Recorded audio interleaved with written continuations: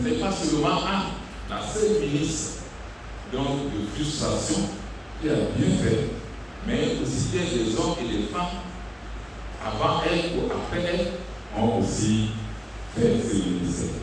Jacob, chez Laban, a vu son salaire modifié 10 fois en baisse. Si c'est en hausse, il n'y a pas de problème.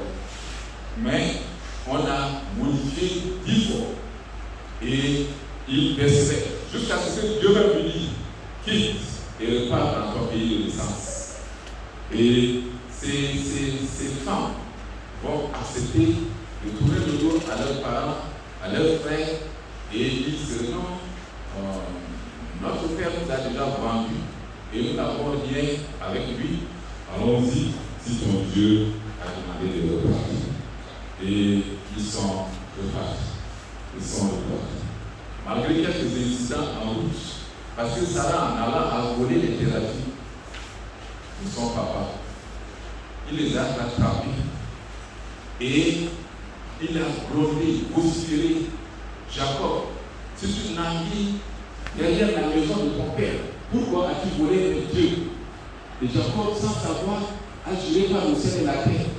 Fouille dans toutes mes affaires. Et si tu trouves tes dieux, en tout cas, fais de nous ce que tu voudras. Tu peux nous brûler comme tu veux. Il a parlé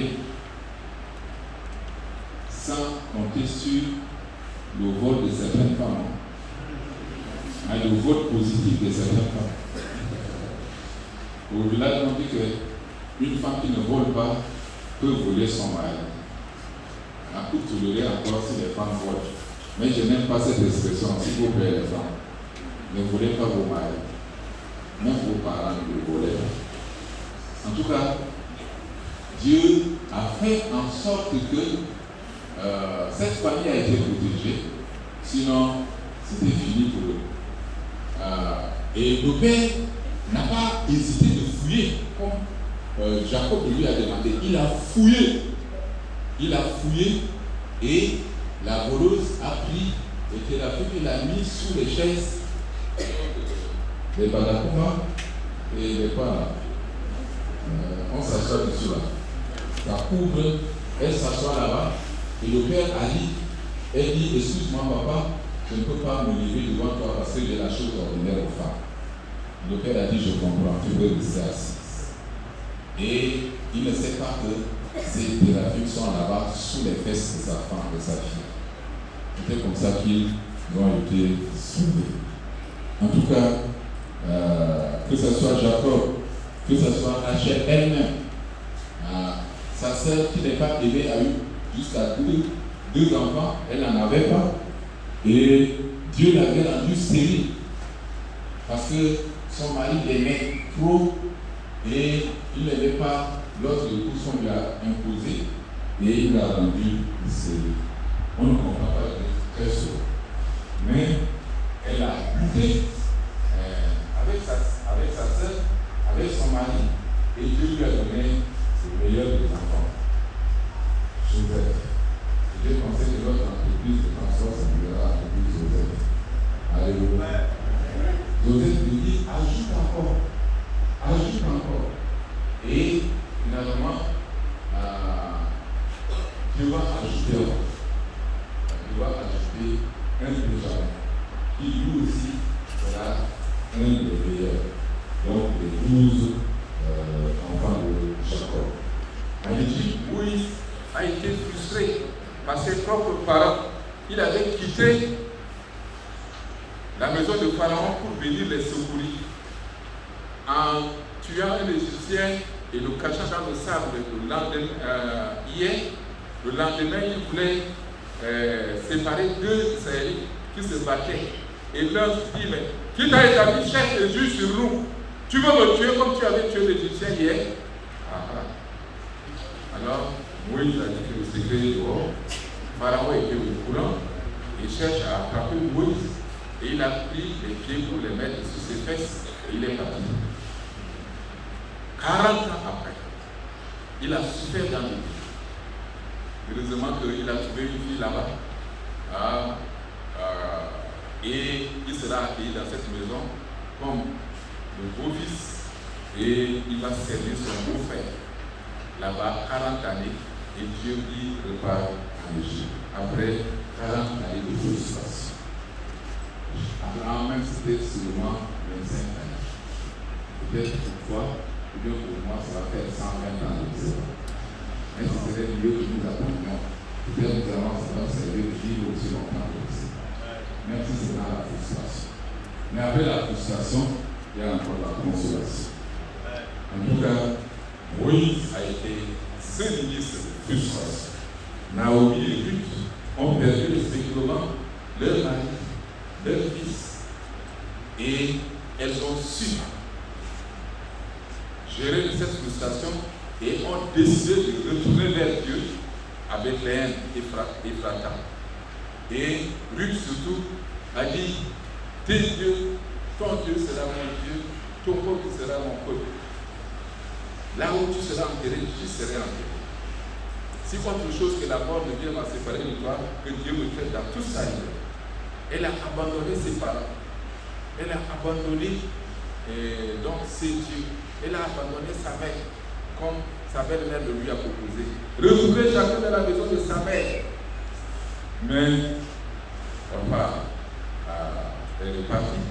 Et lui dit, ne me presse pas de te quitter. Et les deux femmes sont parties. Et elles ont été encouragées à leur arrivée. Zacharie et Isabelle étaient dans une sérénité avancée, dans un désespoir comme Abraham et Sarah. Et ils ont eu le meilleur des enfants, Jean-Baptiste. Que Jésus même va dire que dans ce monde, ni moi ni toi sont comparables à Jean-Baptiste. Aucun fils des humains n'est semblable à Jean-Baptiste. Parce que c'est lui qui a planifié les chemins pour l'arrivée du Seigneur et du Sauveur. Jésus lui-même était un premier ministre de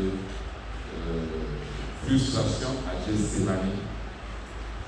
Non seulement son meilleur ami va le livrer, mais son cercle restreint ne va pas le supporter dans la nuit de prière. Et il va pleurer, il va prier longtemps jusqu'à ce que sa sueur devienne des grumeaux du sang. Si c'est possible que cette chose s'éloigne de moi, non pas ce que je veux, mais ce que je veux. Et Dieu a décidé que ça soit ainsi. Cette chose ne s'éloignera pas. Tu dois d'abord la voir et on verra le résultat. Et il a revu la coupe, il est mis à mort, mais il est ressuscité à la grande surprise de la mort et de ceux qui lui ont reçu. En tout cas, j'ai des frustrations par la prière, par les larmes, par les vœux pieux. Si Dieu te donne, qu'est-ce que tu vas faire? Si Dieu change ta situation, qu'est-ce que tu lui promets? Pas que Dieu est dans tes besoins, mais pour que toi, tu sois un serviteur pour gagner des âmes, pour sauver les désespérés et pour te donner encore davantage, non seulement sur cette terre, mais encore au ciel dans le ministère de l'Éternel. Le ministère de frustration est un moyen d'évangélisation et de mission très efficace, très sûr, que Dieu même a choisi cette manière. Avec ceux qui ont précédé Christ, les prophètes, les sacrificateurs, les juges, son fils Jésus-Christ et tous ceux qui suivent Jésus. Vous devez être prêts à être frustrés, sinon vous ne serez pas dignes de porter le titre de disciple, de bishop, d'apôtre, de qui que ce soit, quel que soit le titre. Le ministère de frustration engendre une nouvelle génération de leaders. Parmi nos jeunes filles, nos jeunes gens, vous aurez des enfants qui seront les bons leaders de ce continent au monde. Parce que vous avez été suffisamment frustrés, mais vous n'avez pas trouvé le dos au temple, au lieu de culte. Et je suis sûr que vous serez vous-même de bons leaders instantanément, où vos enfants seront les meilleurs leaders du monde. Au-delà de la mesure de souffrance que nous environs, le ministère de frustration est le meilleur moyen de transformation des vies.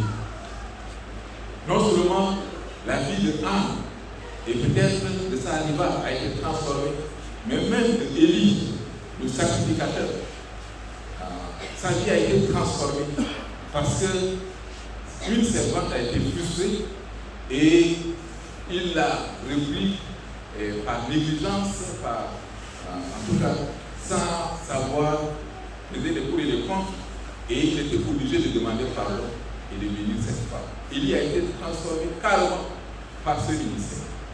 Et lorsque l'enfant va vivre chez lui, il va dire à l'enfant, chaque fois que Dieu te parle, contre moi, dis-moi exactement ce que Dieu t'a dit.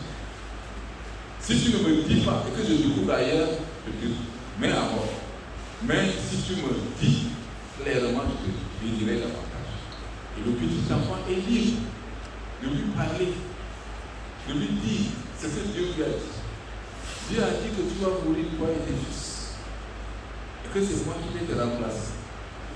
Mais il a dit ça. Il y a accepté.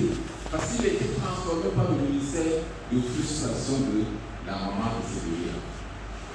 Que Dieu vous bénisse, que vous soyez transformés, que vous soyez des excellents ministres de frustration. Au nom de Jésus. Amen.